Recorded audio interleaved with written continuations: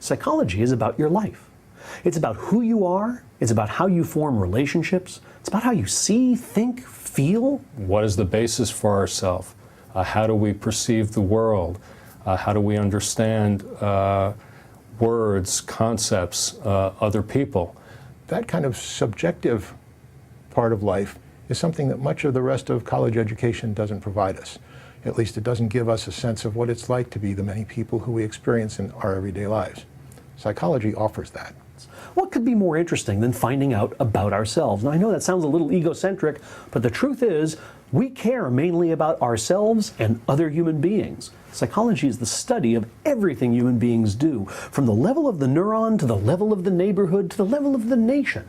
Understanding human behavior from the brain through the society. What could possibly be more interesting than that?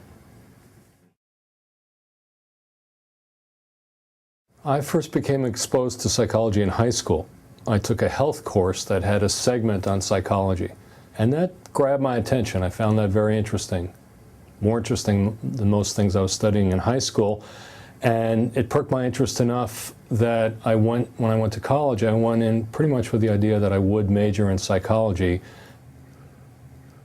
You know, I kind of stumbled into a career in psychology. I actually went to sign up for a course in creative writing, but the course was closed. So I'd come a long way to sign up, and I asked the woman, what's open? She said, psychology. And I thought, well, that's about people. That's a lot like learning to be a writer, because that's what I wanted to be, not a psychologist. Anyway, I took that psychology course, and from then it was a very easy call, because I suddenly found something that was endlessly fascinating to me, the study of human behavior. I never looked back. As a high school student, I was, well, I can admit it freely now, I was a geek. Loved physics, did science fairs. Then I had an epiphany of sorts that when I got to college, after I was there for several years, physics just wasn't doing it for me anymore. I started to notice that the most important thing in my life was people. And I thought, what could be better than turning all that physics interest, the ability to reason about things and think about them and investigate them, on the most interesting thing in the world, people. What I've been studying for the last 10 or 15 years is how and how well people can look into the future and predict what will make them happy, how long that happiness will last. Turns out people aren't always very good at this, and I stumbled into this research area because I wasn't very good at it myself. I had a year in my life where a lot of things went wrong. My son was being a problem, and my best friend and I had a falling out, and I had a parent die. A lot of bad things happened to me, and I found that I was actually okay. It wasn't the best year of my life, but it wasn't horrible. So what I found was that I wasn't a particularly good predictor of my own emotions, and I wondered why. When I went to the psychological literature, I didn't see an answer. You know, when a scientist finds an interesting problem to which there is no answer, that's like discovering the promised land. So suddenly I set forth on a research career to answer that very question. I became actively involved in some experimental research that started to touch on memory, and was introduced to a psychologist who was working at Duke University. One of the things he was studying was memory disorders in patients with brain damage. I was involved in testing these patients, and I was immediately struck by, on the one hand, how bad their memories were. So we would do a test with them, talk with them, give them some materials to remember. Then I would walk out of the room, come back in a minute later, and the person who seemed so entirely normal to me could not remember that we had just spent the past hour talking and testing and whatnot.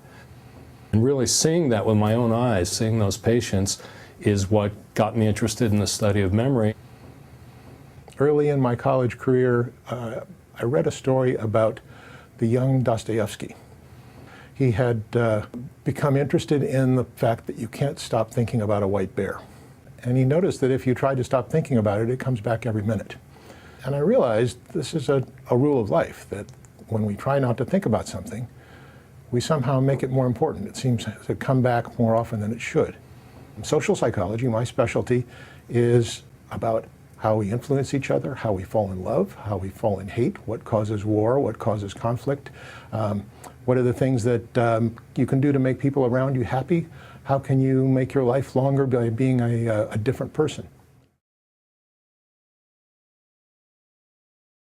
One of the things I learned from my students is, I think, something some college professors may not always learn, which is to watch them very carefully and see what makes them glow.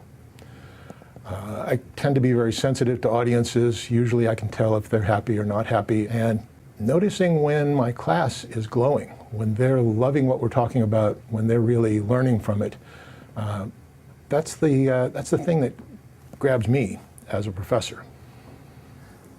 I think what I enjoy the most about teaching psychology to college students is seeing how their views of the mind and behavior and the field of psychology as a whole change from the point that they enter a class to the time that they exit. So they will often come in again with strong intuitions about whatever aspect of psychology it is that we're taking. But one of the things students learn as they go deeper into a course is that many of these intuitions and casual observations are wrong or misleading.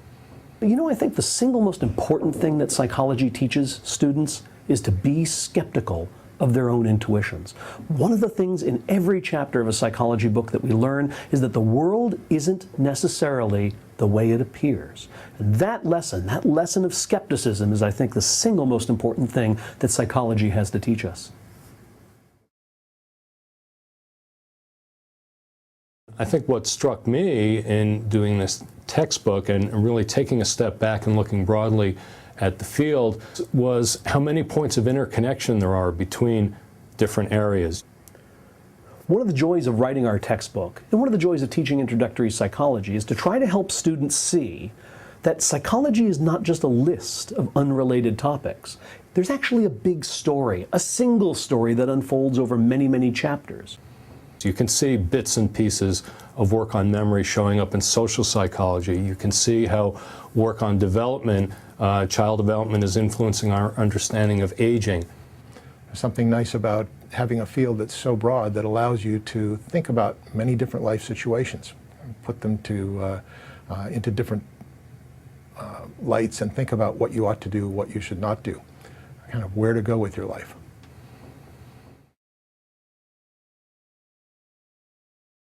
What this course is going to allow you to do is to develop a new way of thinking about yourself and about other people.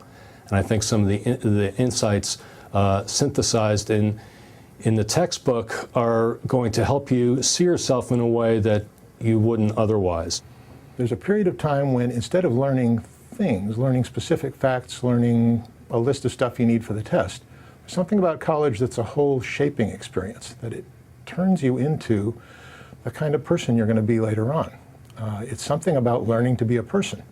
So I think the college experience is particularly formative because of learning how to be a person.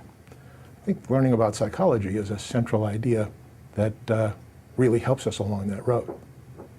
After you graduate from college, I'm willing to bet that you forget most of the math and all of the chemistry, unless you happen to be a mathematician or a chemist. But you will remember the things you learned in psychology as long as you live, because they are the lessons that you need to know to have a happy, healthy life. It'll teach you ways to think about things that happen to you that make them not so rough on you, that ease out those bumps. Every chapter in a psychology book has that kind of possibility of creating good things in your life.